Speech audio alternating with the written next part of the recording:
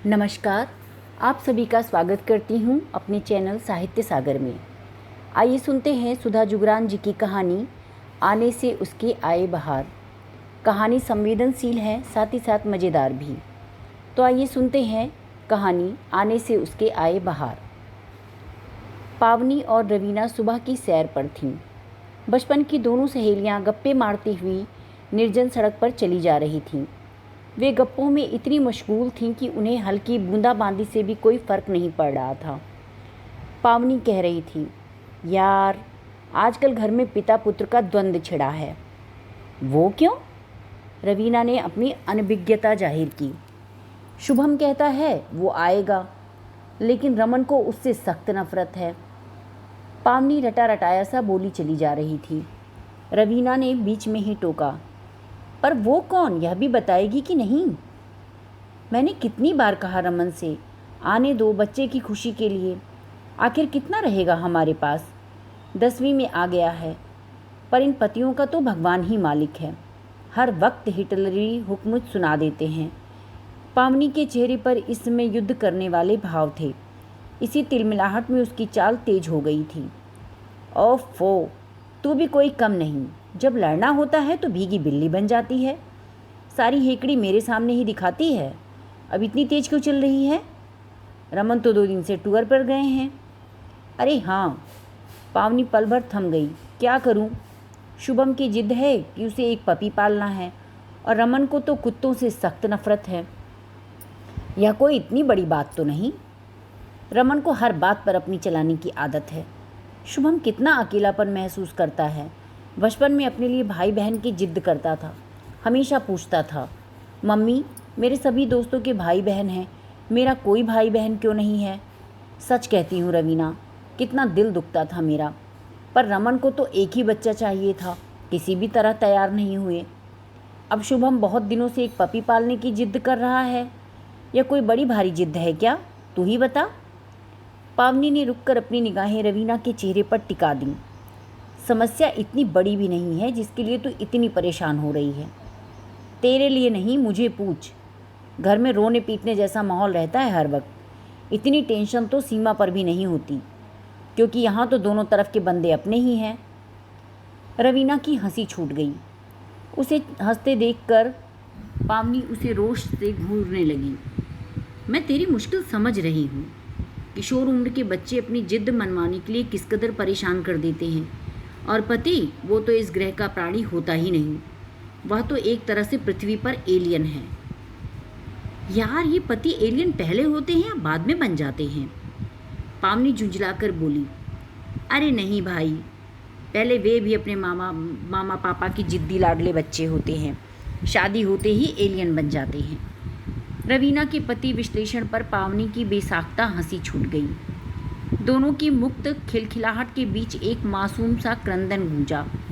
पहले तो दोनों ने अनसुना कर दिया, लेकिन क्रंदन इतना करुण था कि दोनों सहेलियां उसके स्रोत को ढूंढने के लिए मजबूर हो गईं। वे धीरे धीरे आवाज़ की दिशा में सड़क के किनारे की तरफ बढ़ने लगी।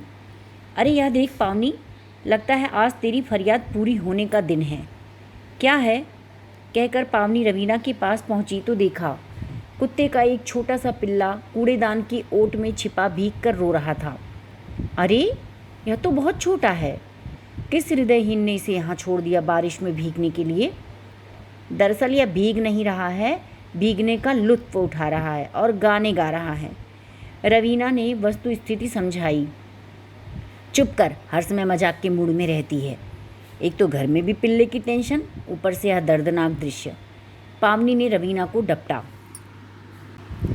दर्दनाक दृश्य? ओह, तो तू इसे हंसते खेलते दृश्य में बदल सकती है, रवीना बोली। नहीं, बिल्कुल नहीं। पावनी रवीना का मंतव्य समझकर पीछे हट गई। यह सड़क का कुत्ता? रमन तो जो थोड़ा बहुत मानेंगे भी तो इसका इतिहास भूगोल सुनकर मुझे और शुभम को भी सड़क पर खड़ा कर देंगे। अरे तो तुझे हरिश्चंद्र बनने को कौन कह रहा है? कह देना किसी फ्रेंड के घर से लाई है।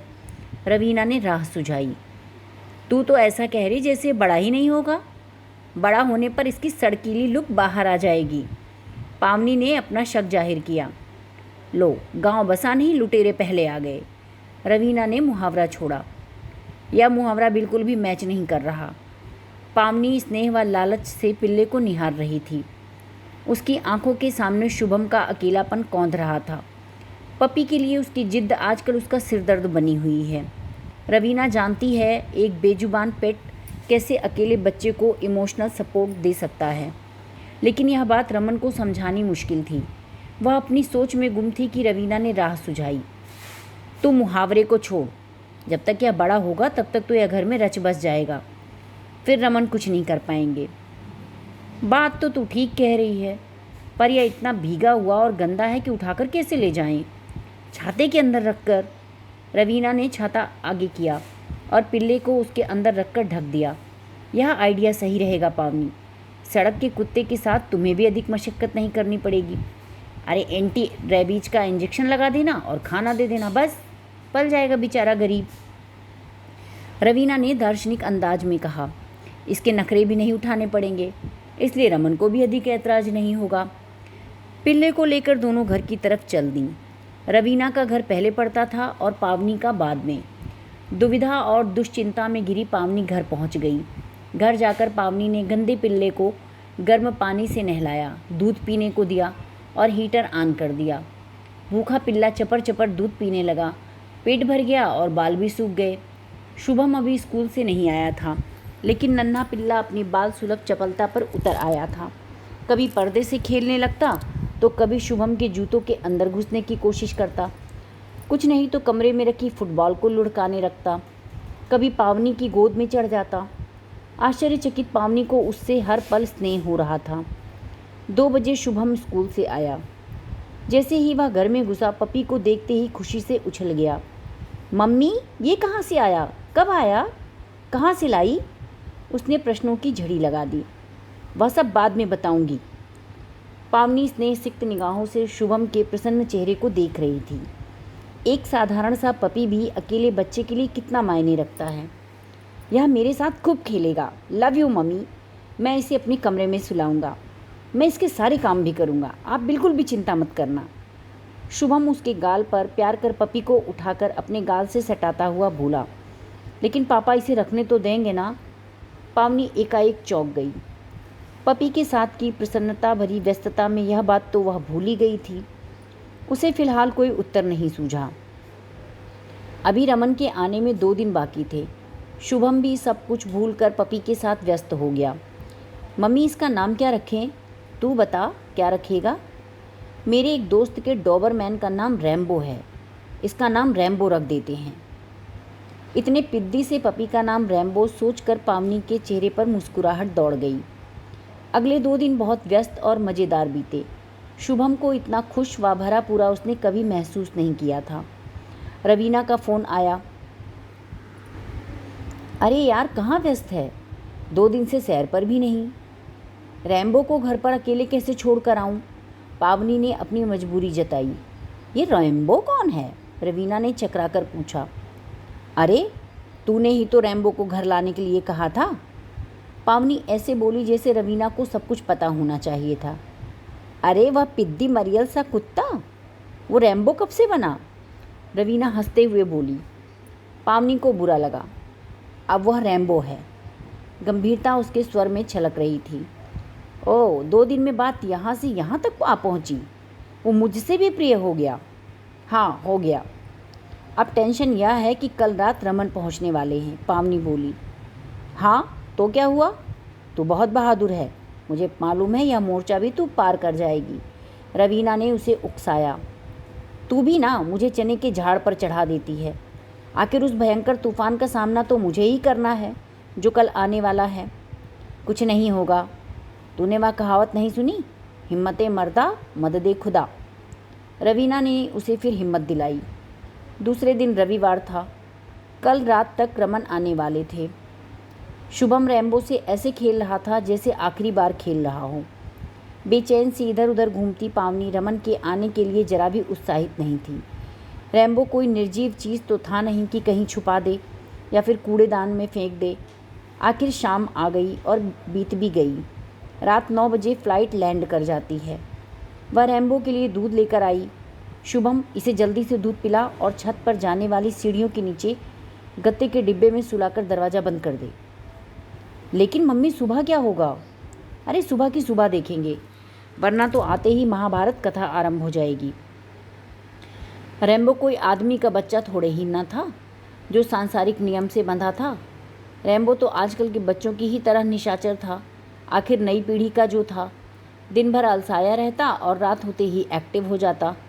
दूध पीकर तो वह और भी फुर्तीला होकर कुलाचे भर रहा था। तभी फ़ोन की घंटी बज गई। रमन का फ़ोन था। 10-15 मिनट में पहुंचने ही वाले थे। पावनी ने रैम्बो को जोर से डांट कर एक थप्पड़ लगा दिया। वह कूं कूं करता शुभम की गोद में बैठ गया। शुभम का दिल टूट गया। सोने के लिए बचपन में उसे भी एक थप्पड़ जब पड़ जाता था कभी कभी। उसने एक छोटा तौलिया गत्ते के डिब्बे में बिछाकर उसे रख दिया। मजबूरी में रैम्बो लटक गया और 5-10 मिनट में सो भी गया। शुभम ने डिब्बा सीढ़ी के नीचे रखकर दरवाज़ा बंद कर दिया। पावनी ने चैन की सांस ली। तभी डोरबेल बजी। दरवाज़ा खोलते हुए पावनी आज कुछ ज़्यादा ही मुस्कुरा रही थी। रमन खुश हो गए। वाह क्या बात है, लगता है इस बार बहुत मिस किया मुझे, कहते हुए रमन अंदर आ गए। हमेशा ही करती हूँ, पावनी ने स्वर में मिश्री घोली, लेकिन आज घर की फिजा कुछ बदली बदली सी नज़र आ रही है। रमन इधर उधर देखते हुए बोले। शुभम जल्दी से अपने कमरे में जाकर पढ़ाई में उलझ गया और पावनी किचन में चली गई। रमन हक्के बक्के रह गए। रमन नहा धोकर चेंज करके आए तो पावनी और शुभम डाइनिंग टेबल पर बैठे उनका इंतज़ार कर रहे थे। आज आते ही खाना लगा दिया, क्या बात है? कोई बात नहीं, आप थक गए होंगे, खाना खाकर सो जाते हैं, पावनी हड़बड़ाकर बोली। अच्छा ठीक है, जैसा तुम चाहो। रमन ने अर्थपूर्ण मुस्कुराहट पावनी पर फेंकी। पावनी ने नज़रें इधर उधर कर दी। जब तक खाना खाकर तीनों कमरे में नहीं आ गए, पावनी की सांसें अटकी ही रहीं। लेकिन अल्ल सुबह शोरगुल ने पावनी की नींद तोड़ दी। उसने बगल में सोए रमन पर नज़र डाली, लेकिन यह क्या, रमन तो अपनी जगह से गायब थे। ओह, फिर तो लगता है अभी तक विश्व में जितने भी भयंकर तूफान आए हैं उनमें से सबसे बड़ा वाला उनके घर आ गया। रवीना की बच्ची, यह सब तेरी पढ़ाई पट्टी है, तूने ही लालच दिया था मुझे। वह हिम्मत करके कमरे से बाहर आई। बाहर का दृश्य देखकर उसके होश उड़ गए। रमन दोनों हाथ कमर पर रखे प्रश्नवाचक नज़रों से सीढ़ी वाले बंद दरवाजे को घूर रहे थे। शुभम अपने कमरे के दरवाजे पर खड़ा बेबसी से कभी पापा और कभी बंद दरवाजे को देख रहा था, जिसके पीछे रैम्बो ने तूफान मचा रखा था। वह दरवाजे के नीचे अपने पंजे मार मार कर लगातार रो रहा था, जिससे काफ़ी सुरीला संगीत पैदा हो रहा था। यह तो किसी पिल्ले की आवाज़ है। क्या छत का दरवाज़ा खुला रह गया था? वे परिस्थितियों का सही आकलन करने की नाकाम कोशिश कर रहे थे। बाहर की आवाज़ सुनकर तो रैम्बो ने गजब की उछल कूद मचानी शुरू कर दी थी। आखिर शुभम से ना रहा गया। क्या पापा, इतना नन्हा बच्चा छत में कैसे चढ़ जाएगा? कहते हुए उसने दरवाज़ा खोल दिया। दरवाज़ा खुलते ही रैम्बो कूं कूं का शोर मचाकर शुभम के पैरों को चाटने लगा। पावनी जल्दी से किचन में दूध लेने खिसक गई, लेकिन रमन की आंखें कपाल तक चढ़ गईं। कोई मुझे बताएगा कि यह पिल्ला कहाँ से आया? अब रमन को कुछ कुछ वस्तु स्थिति का सही ज्ञान होने लगा था। तब तक पावनी दूध रैम्बो के आगे रखकर चुपचाप सावधान की मुद्रा में खड़ी हो गई।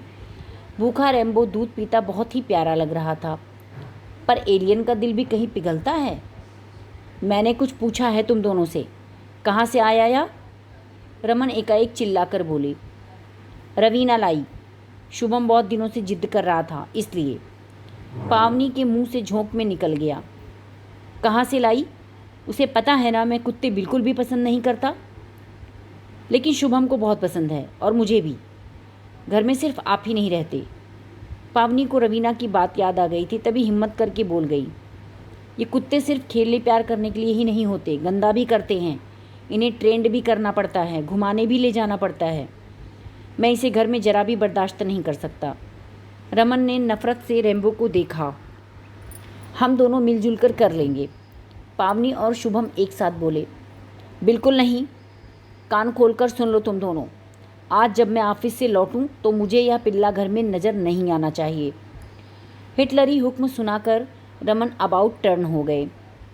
पिल्ला नहीं, रैम्बो है या? शुभम बोला, लेकिन तब तक बाथरूम का दरवाज़ा एक धमाके के साथ बंद हो चुका था। अब शुभम ने रुआंसी आंखों से उसकी तरफ देखा। मैं इसको स्कूल बैग में डालकर अपने साथ ले जाऊंगा। किसी पर भरोसा नहीं रहा मुझे। शुभम ने भी अपने कमरे का दरवाज़ा धड़ाम से बंद कर लिया। पावनी ने बारी बारी दोनों दरवाज़ों को शक की निगाह से निहारा और किचन में चली गई। घर में तूफान के आने से पहले का मरघट का सन्नाटा छा गया था। उसके बाद जो कुछ हुआ इशारों में हुआ। शुभम स्कूल चला गया और रमन ऑफिस। लेकिन रात को सब फिर एक दूसरे के सामने थे और रैम्बो बदस्तूर कुलाचे भर रहा था। आज वह रमन के पैरों से खेलने की कोशिश में लगा था। शायद उसे भी दुनियादारी समझ आ गई थी कि कौन सी सरकार सत्ता में है। रमन ने उसे पैरों से परे फेंक दिया। या अभी तक यहीं है? ठीक है, मैं ही इसे अभी रवीना को वापस करके आता हूँ। रमन अपनी जगह से उठे। पापा का इरादा भांपकर शुभम ने रैम्बो के साथ अपने कमरे का दरवाज़ा बंद कर लिया। रमन पावनी को घूरते रह गए। अब रोज़ यही होने लगा। रैम्बो ने भी रमन को अपने खिलाफ देखकर विद्रोह का मोर्चा खोल दिया था। रमन रैम्बो को बाहर करने के लिए रोज़ नई नई तरकीब लड़ाते और रैम्बो कभी उनकी चप्पल के ऊपर पॉटी कर देता, कभी कारपेट पर शूशू, और कभी उनके मोजे कुतर देता, तो कभी एक जूता गायब कर देता। पावनी को रैम्बो और रमन के बीच शांति स्थापित करना मुश्किल हो रहा था। माहौल गर्माता देखकर शुभम रैम्बो के साथ अपने कमरे में बंद हो जाता। ऐसे ही सी-सा खेलते दिन बीत रहे थे। कभी एक पलड़ा भारी होता तो कभी दूसरे का। बड़े से बड़ा तूफान भी आखिर मंद पड़ जाता है। विद्रोह की ताकत कमज़ोर पड़ने लगती है। रमन अब गाहे बगाहे रैम्बो को अपने साथ और अपने पैरों के साथ खेलने देते। अपना एक चप्पल जूता गायब हो जाने पर ढूंढने को कहते, लेकिन जब वह उनके जूते चप्पल को टॉयलेट समझ लेता तब बीच बचाव करना मुश्किल हो जाता। लेकिन पावनी और शुभम फिर भी राहत महसूस कर रहे थे, क्योंकि रैम्बो को वापस करने की बात अब वह धीरे से कहते। दोनों ने सोचा चलो खतरा टल गया। लेकिन एक दिन शाम को रवीना दंदनाती हुई आई और पावनी पर फट पड़ी। यार, तेरी मुझे फंसाने की आदत कब जाएगी? कॉलेज लाइफ से यही कर रही है। फ्रेंड का नाम लेने के लिए मैं ही रह गई थी क्या? अब क्या किया मैंने? पावनी आश्चर्य से बोली। रमन का फ़ोन आया था। रैम्बो के माँ बाप का अता पता पूछ रहे थे। क्या? पावनी बुरी तरह चौंक गई। वह तो सोच रही थी कि अब मामला सुलझ गया। मैंने कहा, मेरी मौसी जी के फीमेल डॉगी का बच्चा है। माँ तो साधारण है, पिता का पता नहीं। बात पूरी होते होते रवीना अपनी हंसी ना रोक पाई। पावनी भी हंसने लगी। दोनों सखियां बहुत दिनों के बाद दिल खोलकर खिलखिला रही थीं। पता है, रमन हिदायत भी दे रहे थे कि मौसी जी को अपने फीमेल डॉग ऐसे खुली नहीं छोड़नी चाहिए। हे भगवान, मतलब कि बंधन यहाँ भी फीमेल पर ही। मेल डॉग छुट्टा घूमता रहे, कोई बात नहीं। पावनी हंसी रोकते हुए किसी तरह बोली। अरे क्या बात कही? रवीना ने पावनी से हाई फाइव किया। लेकिन इतना बड़ा झूठ आखिर कब तक छिपाएंगे? मैं तो सोच रही थी कि रमन अब भूल गए होंगे, पर तेरी बातों ने तो मुझे उलझा दिया। मैं भी यही सोच रही हूँ पावनी, सच बता दे, फिर रमन का जो भी फैसला हो। मैं रैम्बो को कहीं नहीं जाने दूंगा। उनकी बातें अंदर से सुनता शुभम अपने कमरे से बाहर आ गया, साथ ही उछलता कूदता रैम्बो भी। आजकल देखभाल से वह गोलू मोलू सा हो रहा था। रवीना ने झुककर उसे गोद में उठा लिया। यह तो बहुत प्यारा हो गया। रमन का दिल फिर भी नहीं पिघल रहा। यार, सही में पति इस पृथ्वी पर एलियन ही होते हैं। हाँ, और अब यह एलियन सच जानकर किसी भी तरह रैम्बो को घर में नहीं रहने देंगे। जब से यह आया था घर में जैसे बाहर आ गई थी। पावनी बेहद मायूसी से बोली। सुनकर शुभम की आंखें आंसुओं से भर गईं। तभी रैम्बो रवीना के हाथ से फिसलकर दरवाजे की तरफ भाग गया। दरवाजे पर रमन खड़े बहुत देर से उनकी बातें सुन रहे थे। अब कोई राज ना रहा था। पावनी और रवीना सन्न खड़ी रह गईं। शुभम रैम्बो को उठाकर चेहरे पर अवज्ञा का भाव लिए अपने कमरे में चला गया, जिसे तीनों ने पढ़ लिया। रमन को देखकर हमेशा मजाक के मूड में रहने वाली रवीना आज बिना दुआ सलाम किए चुपचाप बाहर निकलकर वापस चली गई। रमन को बहुत अखरा। पल भर ठिठक कर वे बेडरूम में जाकर कपड़े बदलकर फ्रेश होकर आ गए। पावनी ने चाय नाश्ता टेबल पर रखा और अपनी चाय उठाकर जाने लगी तो रमन ने उसका हाथ पकड़कर वापस बिठा दिया। क्या बात है? रवीना झुंझलाकर बोली। मेरी बात तो सुनो। अब क्या सुनना है? तुम्हारा घर, तुम्हारा फैसला, तुम चाहे जो करो। तुम समझती क्यों नहीं? पिल्ला पालना कोई खिलौना रखना नहीं है। शुभम तो नादान है पर तुम तो समझदार हो। हाँ, मैं तो तब भी समझदार थी जब तुमने शुभम को बिना कारण अकेला रखा। अकेले बच्चे को साथ के लिए मैंने किलसते देखा है। उसके अनगिनत सवालों के जवाब दिए हैं मैंने। तुमसे तब भी एक अच्छा पापी पालने को कहा, लेकिन तुम तब भी नहीं माने। उतनी ही बार अपने अंदर छटपटाहट महसूस की मैंने। इतने दिनों से हम सब तुम्हारी डर से झूठ बोल रहे हैं। आखिर क्यों? ऐसा क्या मांग लिया शुभम ने, और ऐसा क्या गुनाह कर दिया मैंने? कितना खुश है अकेला बच्चा उस नादान पपी के साथ। आखिर सभी को अपना प्यार लुटाने के लिए कोई तो चाहिए। पपी के साथ वह जिस तरह भागता दौड़ता है, प्यार करता है, क्या इस उम्र का बच्चा माता पिता के साथ कर सकता है? पर तुम्हें क्या, घर तुम्हारा है, फैसले भी तुम्हारे हैं, और मैं शुभम तो तुम्हारे घर में रह रहे हैं ना। बोलते बोलते पावनी की आवाज़ भर्रा गई। रमन हतप्रभ देखते रह गए। तभी बाहर से रवीना की आवाज़ सुनाई दी। छलछलाई आंखें लिए पावनी बाहर चली गई। बाहर रवीना पावनी से कह रही है, रैम्बो को दे दे पावनी, मैं उसके लिए किसी से बात करके आई हूँ, वे लेने को तैयार हैं। पावनी रैम्बो को उठाकर गोद में ले आई, पीछे पीछे रुआंसा सा शुभम भी। तभी रमन भी बाहर आ गए। पावनी ने रैम्बो को रवीना की गोद में दिया। वह फिर से फिसलकर रमन की तरफ भाग गया। इस बार रमन ने उसे गोद में उठा लिया। तू अब कहीं नहीं जाएगा रैम्बो, मैं पृथ्वी पर एलियन बिल्कुल नहीं कहलाना चाहता, कहकर रमन रवीना की तरफ देखकर शरारत से मुस्कुराए। फिर पावनी के कंधों के इर्द गिर्द अपनी बाहें फैलाते हुए बोले, मुझे माफ़ कर दो पावनी, इस नज़रिए व इतनी गहराई से मैंने कभी सोचा ही नहीं। और हाँ, अब कभी मत कहना कि ये घर तुम्हारा नहीं। यह घर भी तुम्हारा है और इसके फैसले भी तुम्हारे। सुनहली धूप चटक गई एकाएक पावनी के चेहरे पर। खुशी से गमकता शुभम मम्मी पापा व रैम्बो से एक साथ लिपट गया। हुर्रे, ये हुई ना बात, एक फ़ोटो तो बनती है इस हैप्पी फैमिली की। रवीना ने अपना मोबाइल निकाला और एक फ़ोटो खींच दी। आज वास्तव में रैम्बो के आने से घर में बाहर आ गई थी। कहानी आप सबको कैसी लगी कमेंट करके बताइएगा। अच्छी लगे तो मेरे चैनल को लाइक और सब्सक्राइब कीजिएगा। धन्यवाद।